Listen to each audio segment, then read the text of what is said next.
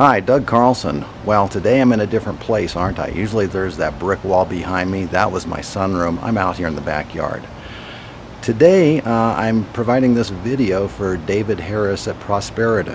Why? Because I think as a collaborator he does a fantastic job with offices who even might suspect embezzlement.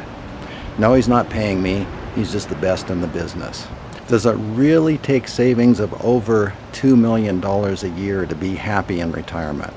Well, we found that a doctor at age 65 who wishes to retire, who would like to have the same spending habits that he had pre-retirement, can generate around $150,000 per year in retirement, including taxes he needs to pay for $2.5 million.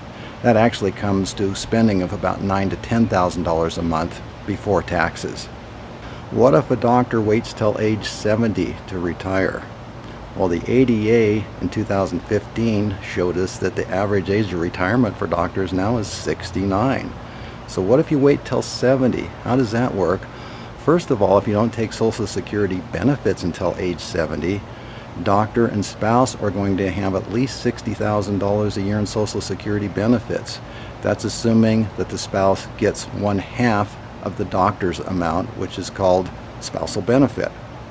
So there's $60,000+ right there.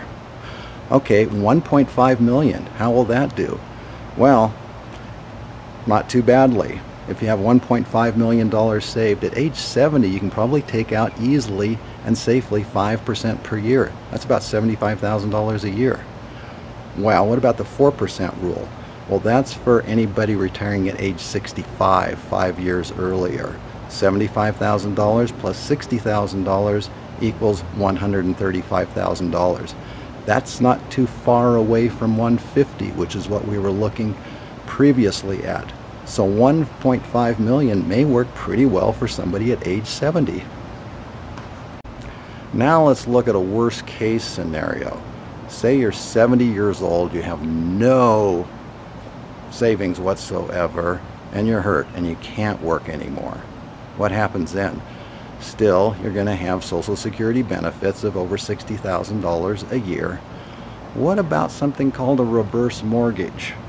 Well, reverse mortgages you can actually get for somewhat over $500,000. If you have $500,000 of equity in your home, that will equate to about $18,000 a year or $1,500 a month. Okay, so we got $60,000 plus 18, that's $78,000 or close to $80,000 with actually no savings in retirement. Well, let's look at some census figures. I looked at Bureau of Labor Statistics and Census, and the latest thing I could find was actually in 2015. The median amount of income that couples have age 65 and over in retirement is right at $60,000. So what if you have 78? That's a whole lot better than average. And realistically, my parents retired and lived on about $50,000 in today's dollars. They had a good life. Their home was actually paid for. They bought new cars every 5 years. They took a European trip, probably once every 2 to 3 years. They went to the coast. They lived in Fresno once a month or so in the summer. Had a good life. $78,000 or around $80,000 a year $80,000 a year is not bad.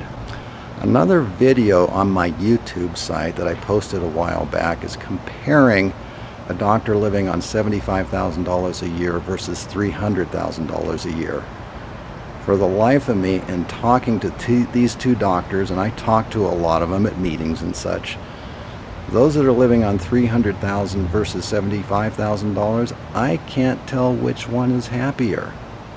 So again, if you wait until age 70 or so to retire, you're going to have much less savings needed. Thanks for listening.